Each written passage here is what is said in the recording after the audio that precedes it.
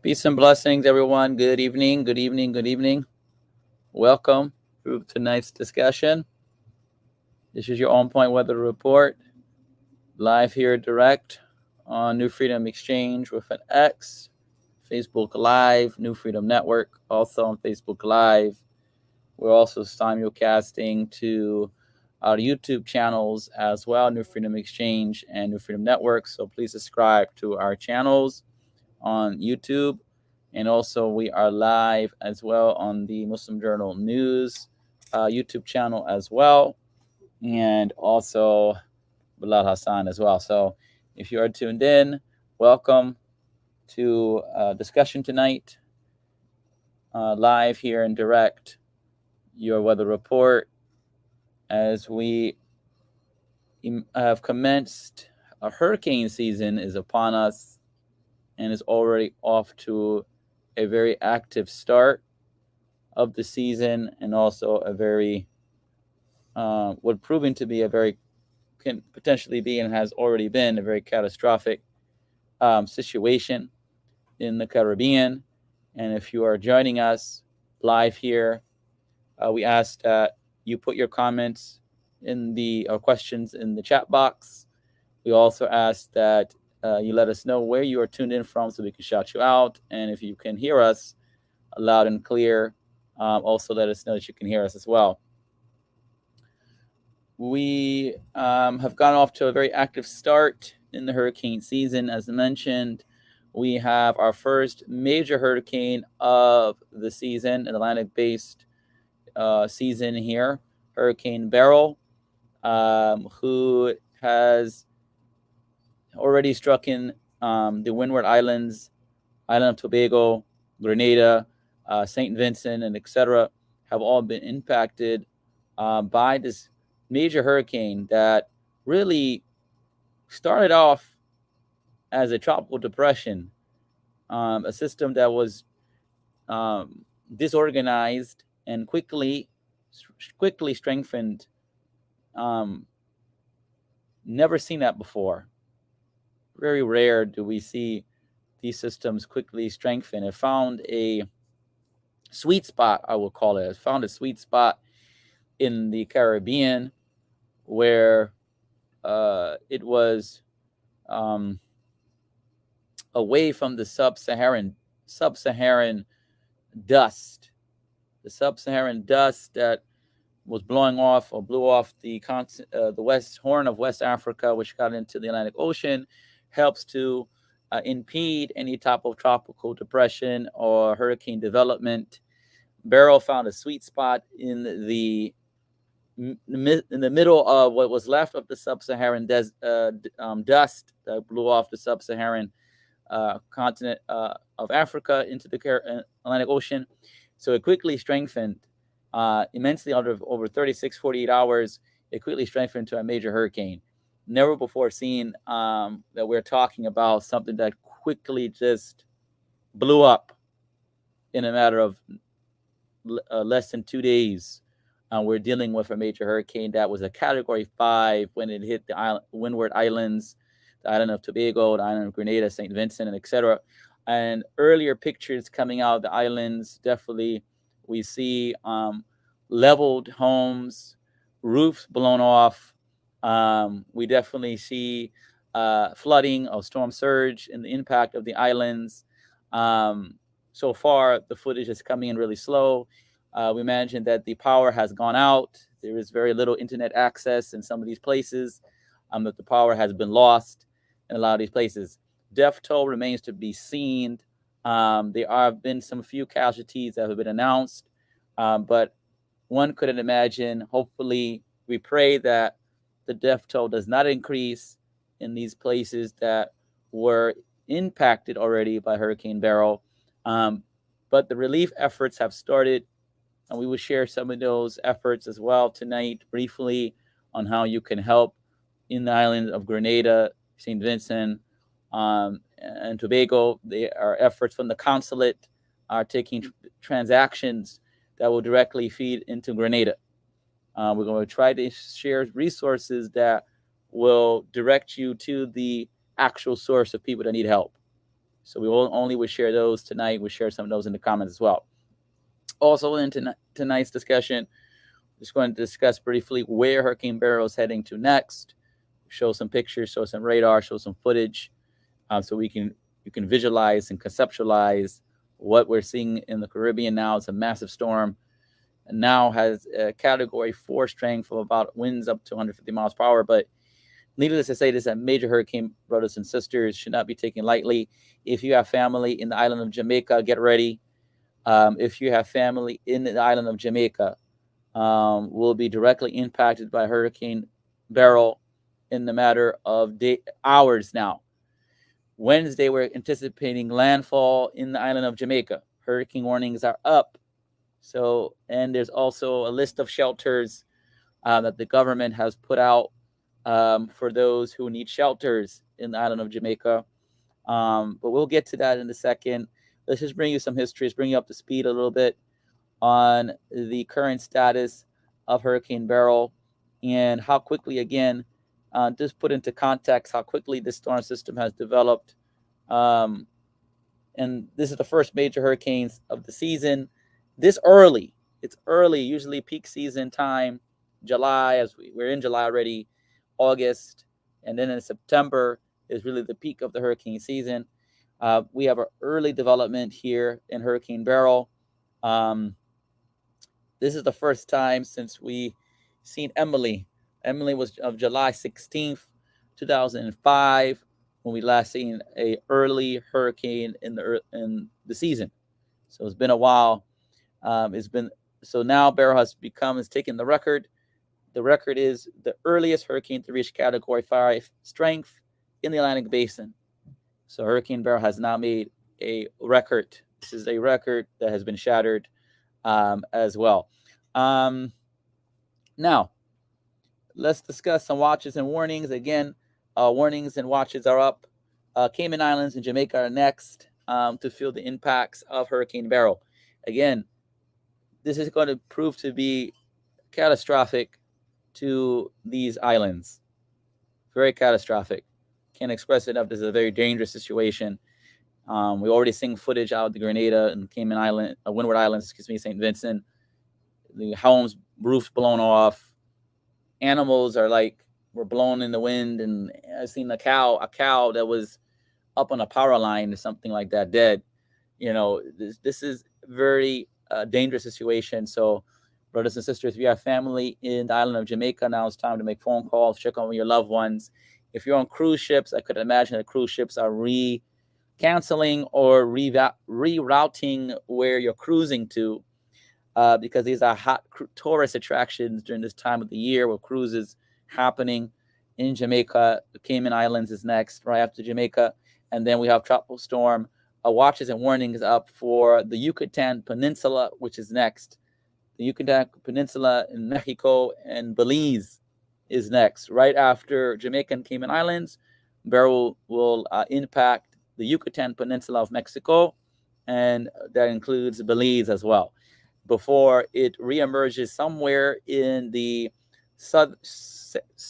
southern section of the Gulf of Mexico, where we could see re-strengthening, possibly, depending on where in the southern section of the Gulf that Beryl moves towards out of land. Is going to weaken significantly once it rolls over the mountainous terrain of the Yucatan Peninsula, going down to a tropical storm.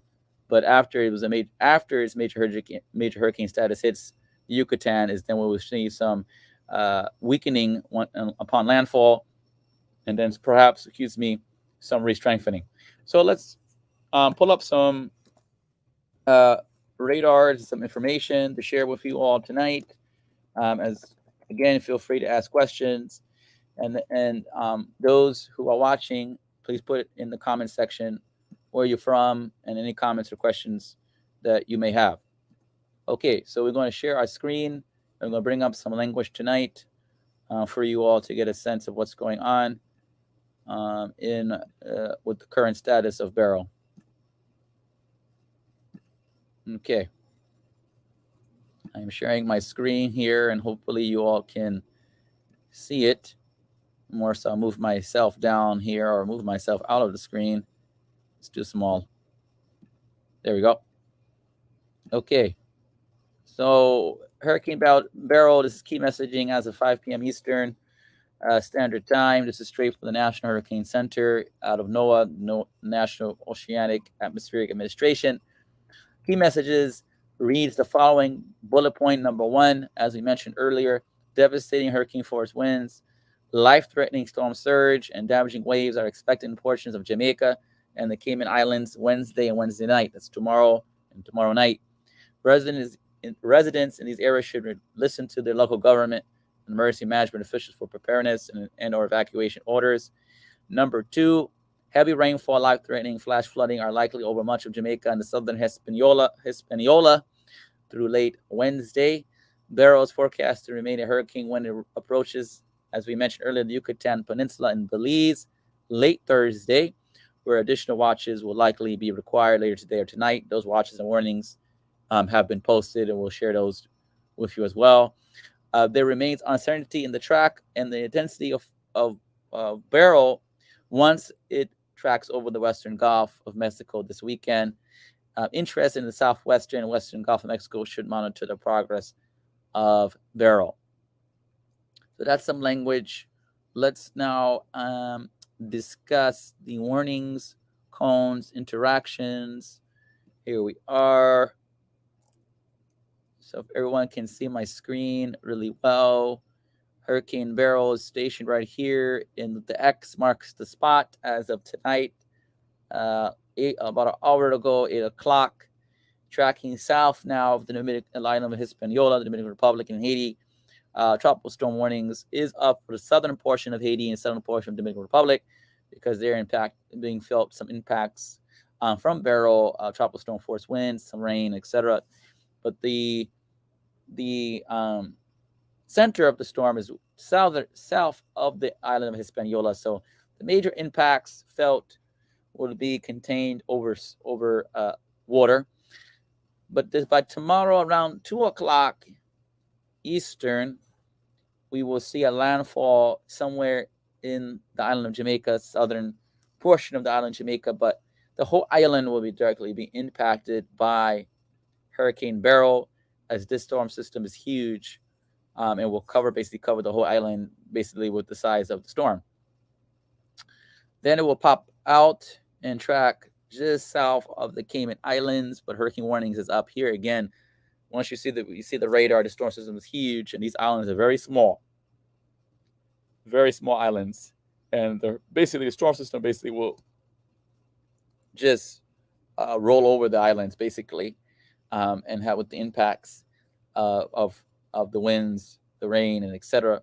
And then eventually continues the southern track up until when we get to here, which is the Yucatan Peninsula, Mexico, and Belize is right here. Right where my cursor is Belize. So these pink watches now, these are hurricane watches up for this part of the Yucatan Peninsula in anticipation that we are now in the time frame where we will start seeing impacts soon from Hurricane Beryl as we head into the Wednesday, Thursday time period of time that Hurricane Beryl will remain a strong hurricane. It will lose maybe a little punch from major hurricane status, but regardless, a Category 3 hurricane, if not a strong 2, but definitely a Category 3, 2 or 3 hurricane making impacts here in the Yucatan Peninsula and Belize, which is under tropical storm watch as well for impacts. Now, this will happen sometime over late Thursday night, overnight Friday. It will roll over the Yucatan Peninsula, which is a very mountainous terrain, and weaken due to friction with the land, and eventually weaken to a tropical storm by Friday afternoon around 2 o'clock. And then it will pop out somewhere here in the southern portion of the Gulf of Mexico. And depending on where it pops out, will dictate the track of the storm system. This is not shaded. This is shaded. The reason why this is shaded because we're pretty confident that the storm system is moving in this direction. The cone gets tighter as you see in the beginning stages, to show the accuracy or the the the, the accuracy of the forecast. But as you see, as you get further out, the cone tends to expand itself only to allow for a margin of error. A margin of error could mean any wiggle room 5, 10, 20, 10, 15, 20 miles south or north can make a difference for some people in terms of the impacts. So that's the reason why you see the cone here get a little wider, all right? But the cone gets really wider and it's not shaded in once the storm Beryl rolls over the Yucatan Peninsula into the Gulf of Mexico. It's not shaded because it's pretty uncertain as to where the storm system will land in the Gulf. Clear that it will land somewhere in the southern portion of the Gulf of Mexico, but where does it land will dictate its track as to the impacts it will have on northern central Mexico and potentially southern Texas. And we're talking Galveston area should still be on the lookout. If you in southern portion, the extreme southern portion of Texas, you should be on the lookout as we head into this weekend into early next week, as the Beryl could make its impacts felt even in the lower 48 here in the United States. So keep that in mind, that this is still uncertain as to what happens in this part. But what's evident that is Jamaica tomorrow, or tomorrow we'll start feeling impacts in Jamaica. Direct impacts in island Jamaica is tomorrow. And that will last all day into Wednesday, and then eventually again popping out, and then moving westward to impact the Cayman Islands after that. So if you have family in the island of Jamaica, it's now it's time to make phone calls, check up on your family members, make sure they're okay, because the system more likely you might lose, or very much will lose communications to your family members potentially in the island of Jamaica and the Cayman Islands once the storm system starts to make landfall, start to make direct impact. So just to give you a heads up there. Now we will show some radar because we want to show you what Beryl looks like in terms of its size, which is which is something to look at here. And 1 second as we pull up the satellite imagery. Here we go. Satellite imagery of Beryl. I'm going to go to the Caribbean. Let me see. This is nighttime, so we're not going to see anything here. So we're going to do, let's do water vapor imagery. Okay, so this is clear. Sun is set now, so we can't see too much. But we can see the water vapor imagery. This is Hurricane Beryl right here.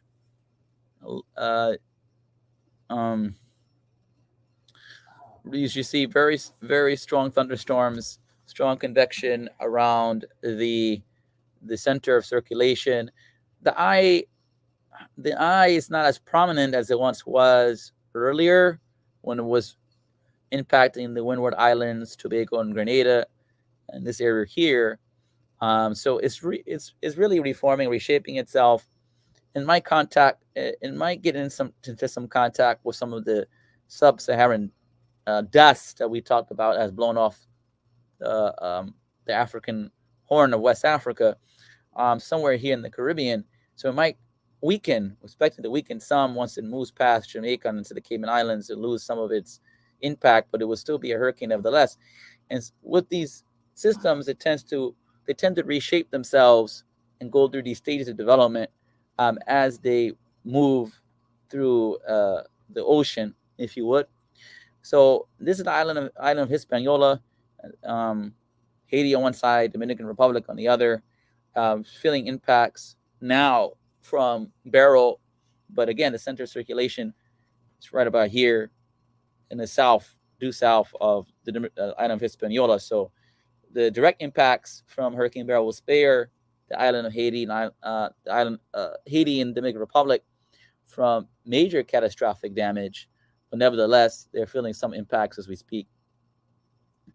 There is a Let me see what we can do a loop here to show you maybe a little better imagery. Um, if we can get the IR. There, here we go. This gives you a little better look at Beryl. Again, the center of circulation is right here where my cursor is. Where my cursor is the eye wall of the center of the circulation of Beryl.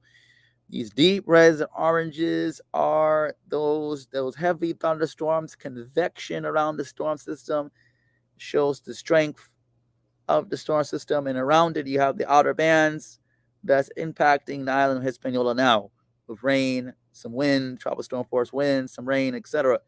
But the direction is really that right side of the eye wall is really the most impactful portion of the hurricanes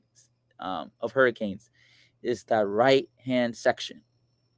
Whatever that right hand section falls under, man, oh man, this is very very catastrophic damage can be done in the right side of the eye wall. So something to keep in mind.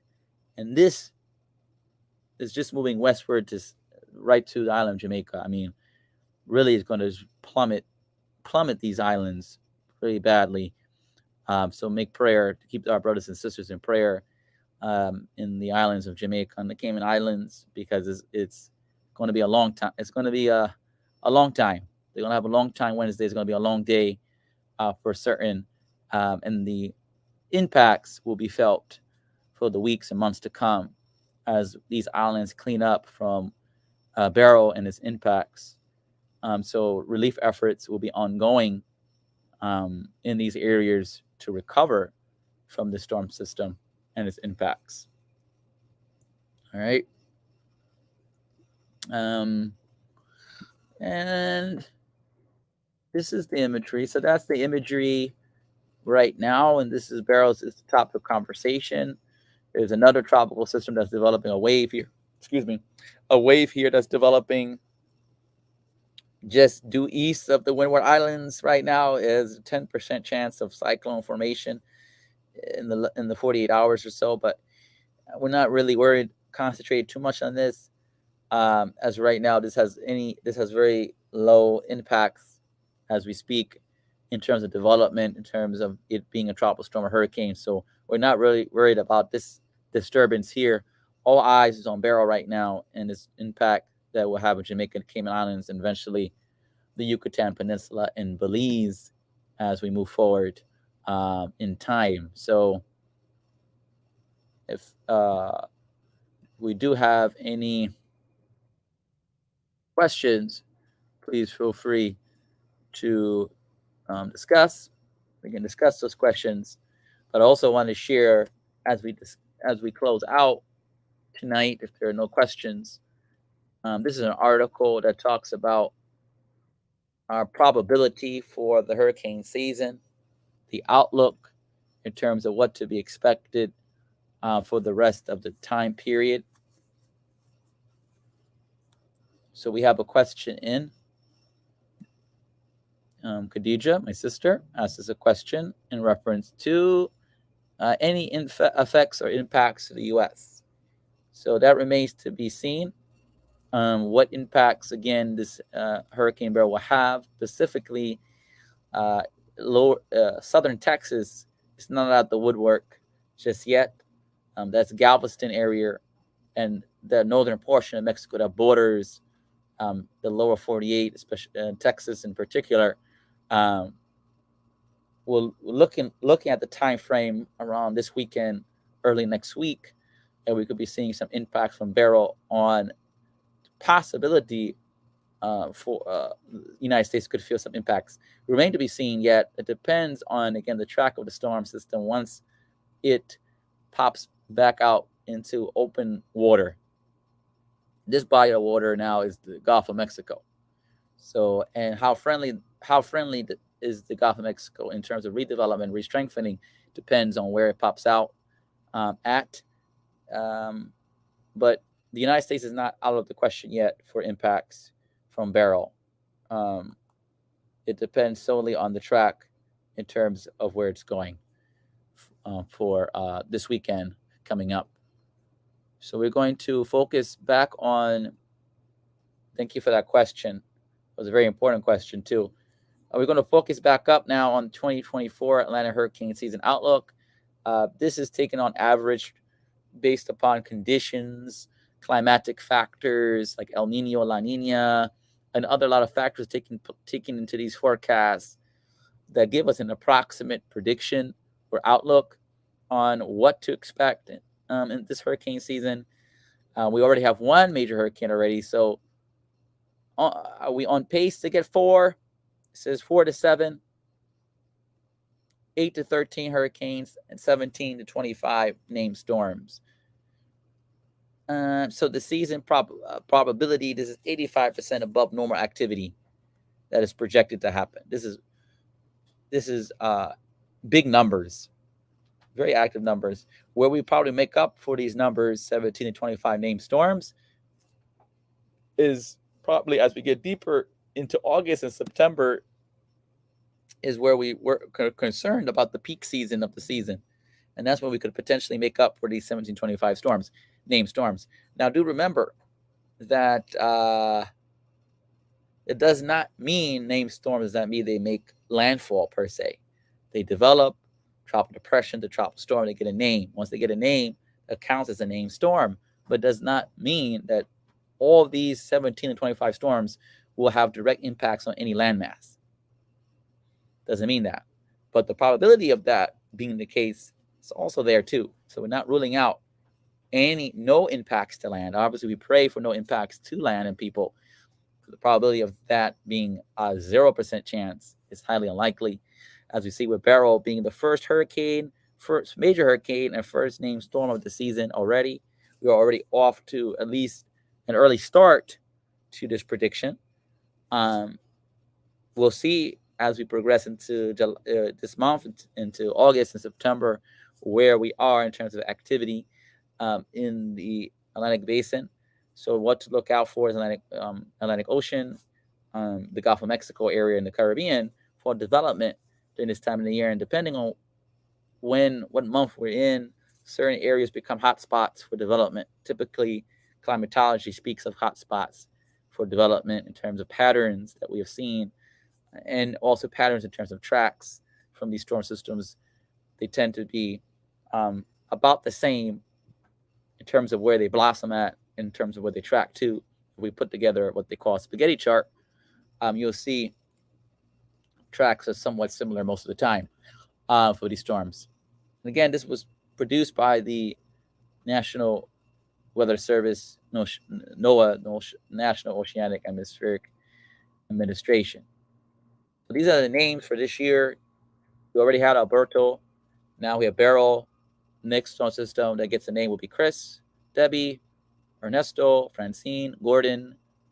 I think that's Helene or Helen, maybe Helene, Isaac, Joyce, Kirk, Leslie, Milton, Nadine, Oscar, Patty, Rachel, Sarah, Tony, Valerie, William.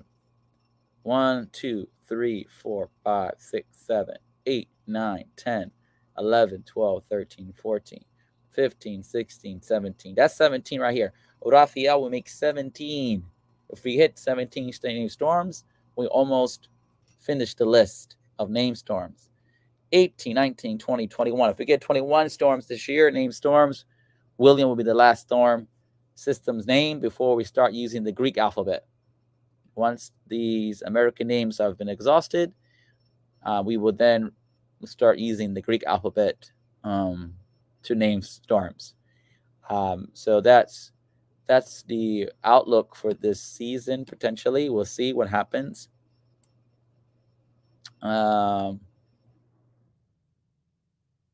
This is what I was talking about in terms of climatical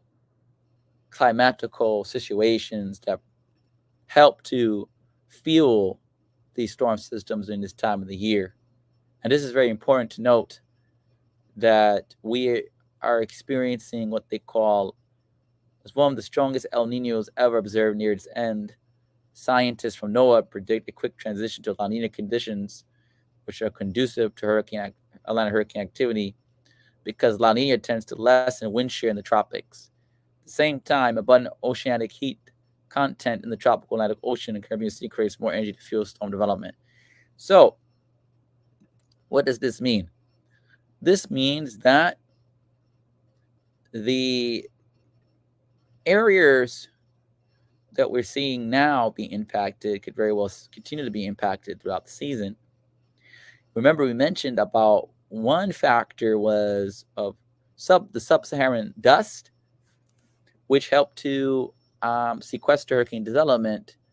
That's one aspect of what hurricanes don't like. The other thing that they don't like is what's mentioned in this article called wind shear. Wind shear is upper level winds that help to topple. Wind shear helps to topple the thunderstorm development, those clouds, those high cloud tops. It topples them. So it tends to weaken them, tends to scatter them out. So they won't get together. They will be separated. So instead of getting married, they're going to get divorced. Divorced from what? They will never be able to become one and to become whole in terms of having a holistic hurricane development. With thunderstorms that are not able to come together to form these systems, then we don't have a system to deal with in the first place. We just have thunderstorms that's been scattered all about. That's what wind shear is about. And then the article mentioned something about heat. Heat. We're talking about water temperature in this case. If we are looking at water temperatures, that's another thing that fuels thunderstorm development. Warm, unstable temperatures.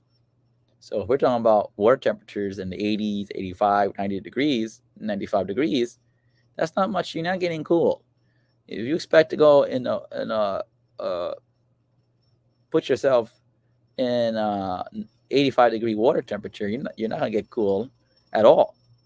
So our bodies won't like that. But guess what? Hurricanes like that because that's what fuels the thunderstorms. We don't get cool off of that.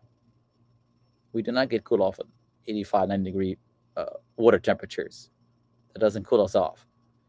But for hurricanes, that gives them the strength to form those thunderstorms, which leads to further development, which can potentially lead to organized structure and organized structure forming, like we see with Beryl, which is an organized structure, a very organized structure, with an eye wall that's developing and that will go through stages of development as it turns in the Caribbean.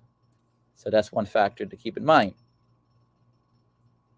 This hurricane season also features the potential for an above normal West African monsoon, which can produce African easterly waves that seed some of the strongest and long-lived Atlantic storms. Now, this is another crucial point of direction. Remember, we talked earlier about hotspots. We talked about certain places being hotspots for development. Certain portions of the season, we see disturbances coming off the West Africa, this Horn of West Africa. And if this area has an active monsoon season, we could see disturbances split off from the monsoon season, from the monsoon area, and come out into the Atlantic Basin. And once they come out into the Atlantic Basin, they tend to form into hurricanes or named storms, or disturbances first, and then to named storm, then to tropical storms, and into hurricanes. This happens all the time off the Horn of West Africa. Once we have an active monsoon season, if you have an active monsoon season in West Africa, that is a precursor to what could potentially be an active time for development coming off the Horn of West Africa, which again bears watching as we go throughout the season. Now, finally, light trade winds allow hurricanes to grow in strength without the disruption of strong wind shear and also minimize ocean cooling. And lastly, it's the last sentence here. Human-caused climate change is warming our ocean globally and in the Atlantic Basin, and melting ice on land, leading to sea level rise, which increases the risk of storm surge. Sea level rise represents a clear human influence on the damage potential from a given hurricane. So we have natural factors being at play, and then we have human induced factors that's also in play. Historically speaking, what's been happening with the glaciers melting that we're seeing, and some of these other impacts of climate change that's human induced. You have natural climate change and you have human induced climate change, which is what this article is talking about. Natural elements playing a role in hurricane development, and also what impacts climate change has had up to this point in terms of human induced impacts that also aid in super development of these storms and faster pace of these storms developing, and more rapidly as well, and increased development of these storms as well. So with that being said, I will stop sharing my screen and I will take any questions that anyone has this evening. I thank you all for tuning in to this update of Hurricane Beryl. We will stay on top of the situation as updates come in and share them as well to you all. This is a very important situation, crucial situation, life-threatening situation, catastrophic situations taking place. In the Caribbean. We already seen impacts again in the Windward Islands in Grenada and St. Vincent, and potentially we'll see impacts on Wednesday from Beryl hitting Jamaica, and then eventually the Cayman Islands into Thursday, and then eventually the Yucatan Peninsula and Belize on Friday. With that being said, thank you all for tuning in tonight to this discussion. If you have any questions or comments, please put them in the chat. And if I don't get to them tonight, I will certainly get to them tonight into tomorrow. But also, if you're tuned in, feel free to share this live stream for those who can watch the replay.